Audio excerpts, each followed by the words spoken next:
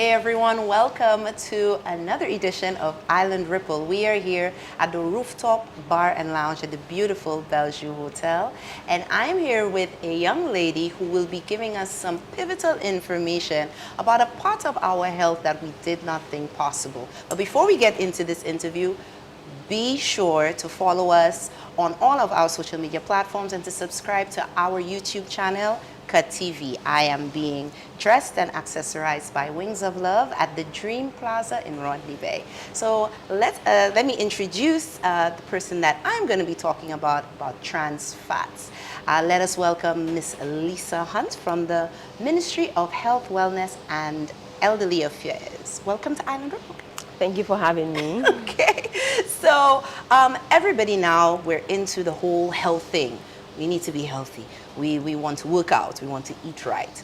But as we were talking earlier, you let me know about something that we seem to overlook, which is called trans fats. Yes. So tell us a little bit about trans fats and what the Ministry of Health is doing to sensitize, St. Lucia about it.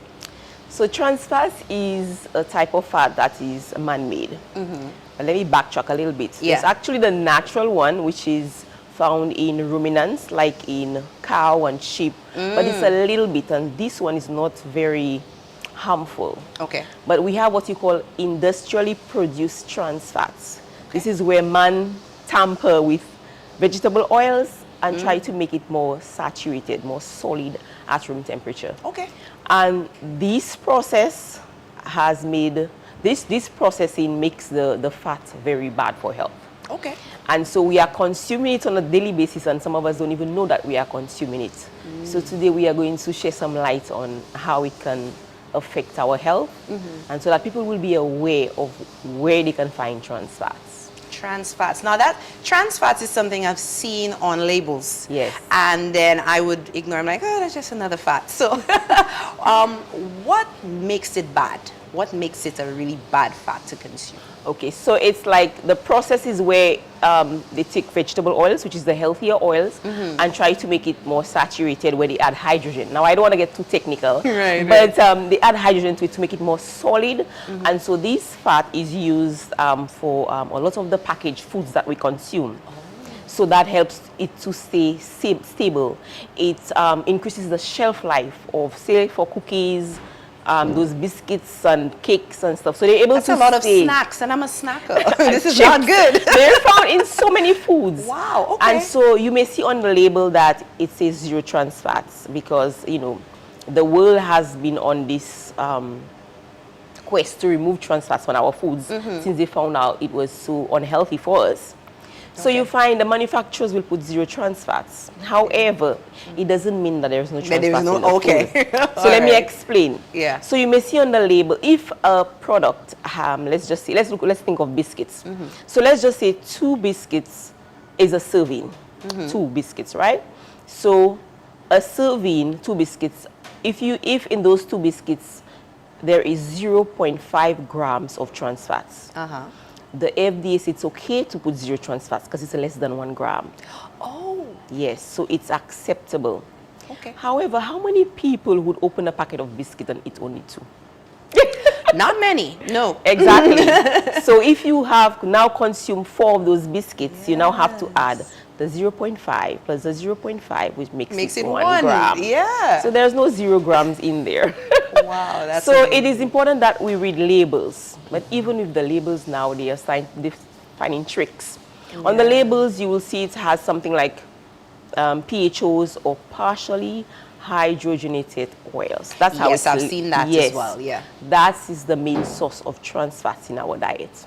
Okay. And so it's important to read the labels. But like I'm saying, we went to the supermarket, my staff and I, to look at some of the food items, that have PHOs. Right. But, some of them had none, but they would have shortening. Now, shortening is a trans fat. It has trans fats. Has trans fat, okay. Yes, so it's like taking a vegetable oil to make it look like lard. And so that is a trans fat. Okay. So anything that is made with hard margarines, shortening, these foods would have trans fats. So how can we as consumers, aside from reading the labels, how can we manage? Because of course it's going to be a challenge to completely cut out trans It fats. will be a How challenge. can we as consumers manage that on a daily basis in regards to our intake of trans fats? Yeah, that's a good question. So apart from reading the labels, the type of food that you consume, if you are consuming foods that are natural foods, avoid fried foods, because frying, if you fry, even if you are using healthy oils and the temperature is too high, it would generate trans fats. Okay. Yes.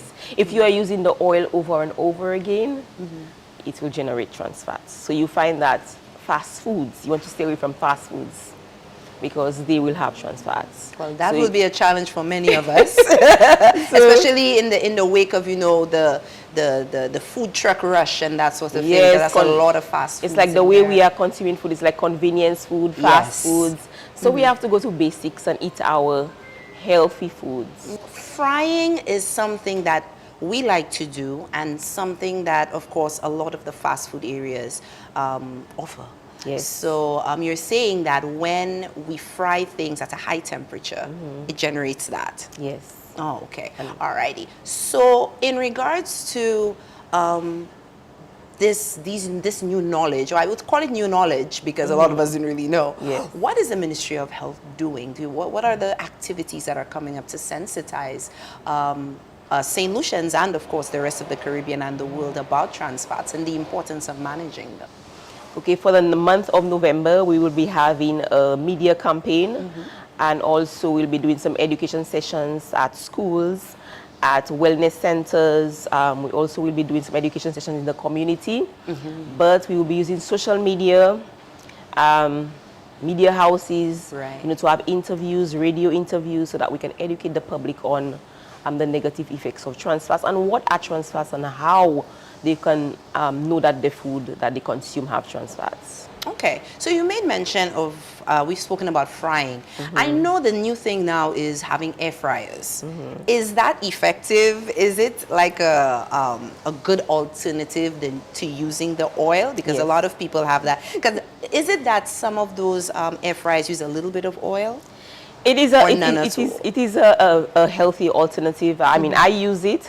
You can use a little bit of oil to kind of saute the food in, or should I say, mix the food. Right. And so it does have this mouthfeel of fried, but it's not fried. I mean, when you fry food, it's immersed in oil. Immersed in oil, yes, yes. So yes, this is a much healthier alternative. Okay. Than the, you know, even pan fried. You can do a little bit of pan frying and just use a non-stick pan, but a little bit of and oil. a little bit of oil, That's much less oil, yeah. Right. So we were speaking about how to, how people can, you know, remove trans fats from their diet. And how can they manage it? So you want to ensure that you're having a healthy diet. So you're eating your fruits, your vegetables, your peas and beans, and the type of oils that you use is important. You want to use vegetable oils. You can use your coconut oil. However, you don't use it. The portion is important. Right.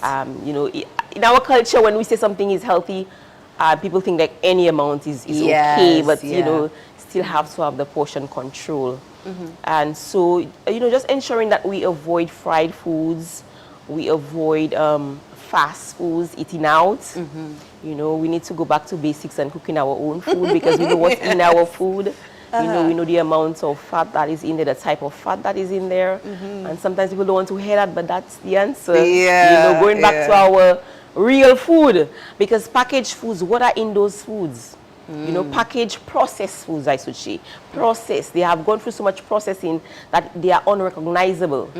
And the ingredients in there, most of us can't even pronounce. True that. And once you see this is not real food. Yeah, we want to consume our real, local, natural foods. And that's one way, that's one sure way of reducing the intake of trans fats. So would you say, one of my last questions is, would you say that cooking methods like steaming in regards to, because a lot of people like to do fish and foil, barbecue, would you suggest barbecuing, steaming as an alternative to actually using any vegetable oil? Because for somebody like me, I am actually allergic to vegetable. I can only do coconut oil.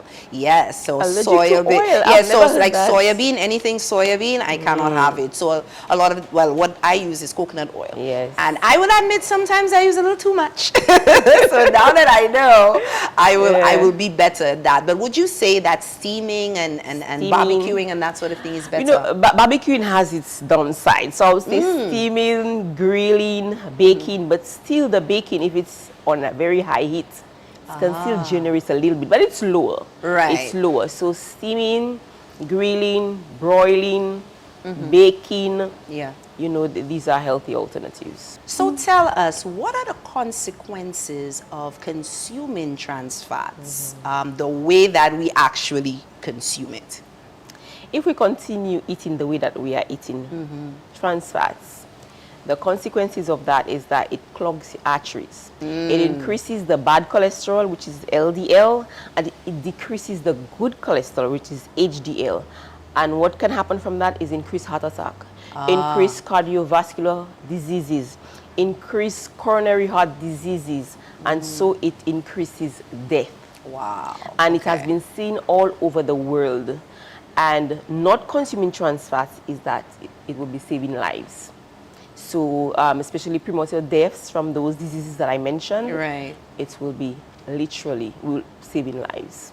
So in an event where we're not at the point of completely cutting it off, but we decrease it. Yes. What are the benefits of decreasing the intake of trans Yes, fats? decreasing the intake is, I mean, there are some benefits where, you know, your risk of getting a heart attack will be decreased.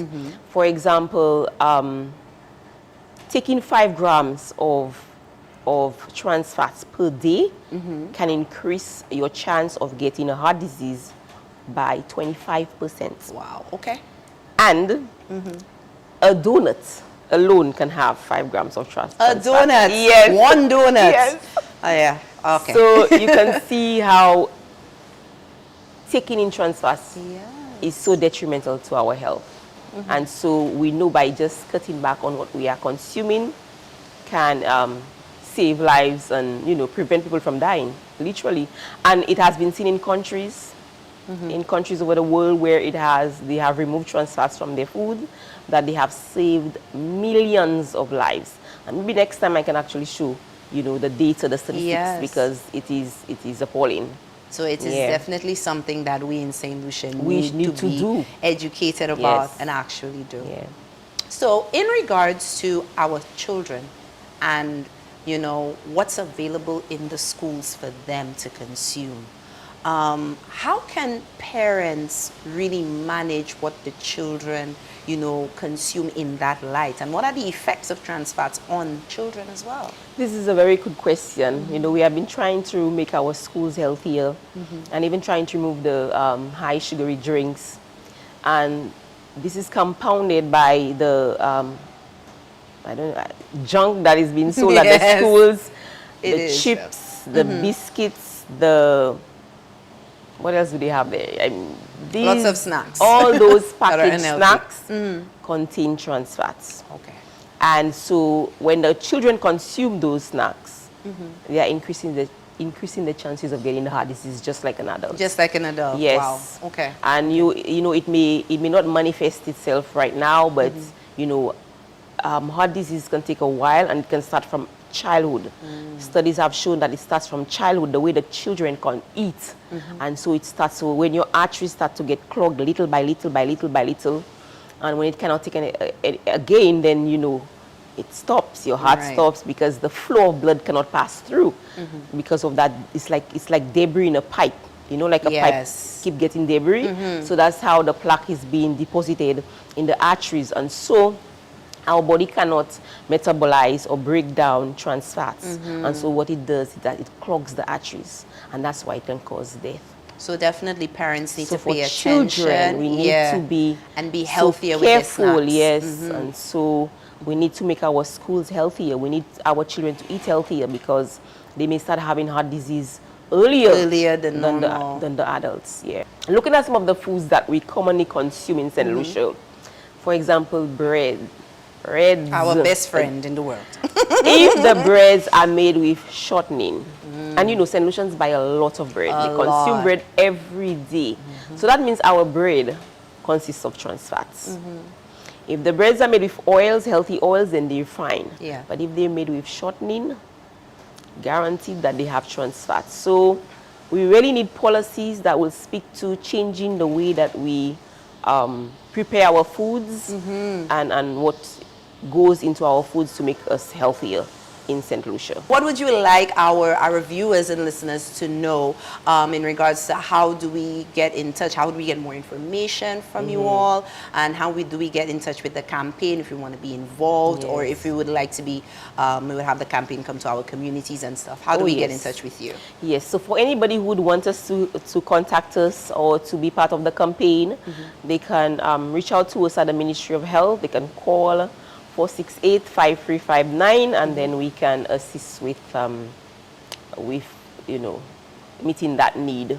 Thank you so much for joining us on Island Ripple. I think you gave us an eye-opener when it comes to trans fats, and we cannot wait to have you again. Thank you. It was my pleasure. Right. Always willing to share what I know. Wonderful. So we come to the end of another interview on Island Ripple. Be sure to follow us on all our social media platforms and subscribe to our YouTube channel, Cut TV. This has been Island Ripple. Remember, a little knowledge goes a long way. Pass it on, because that's the ripple effect. We'll see you next time.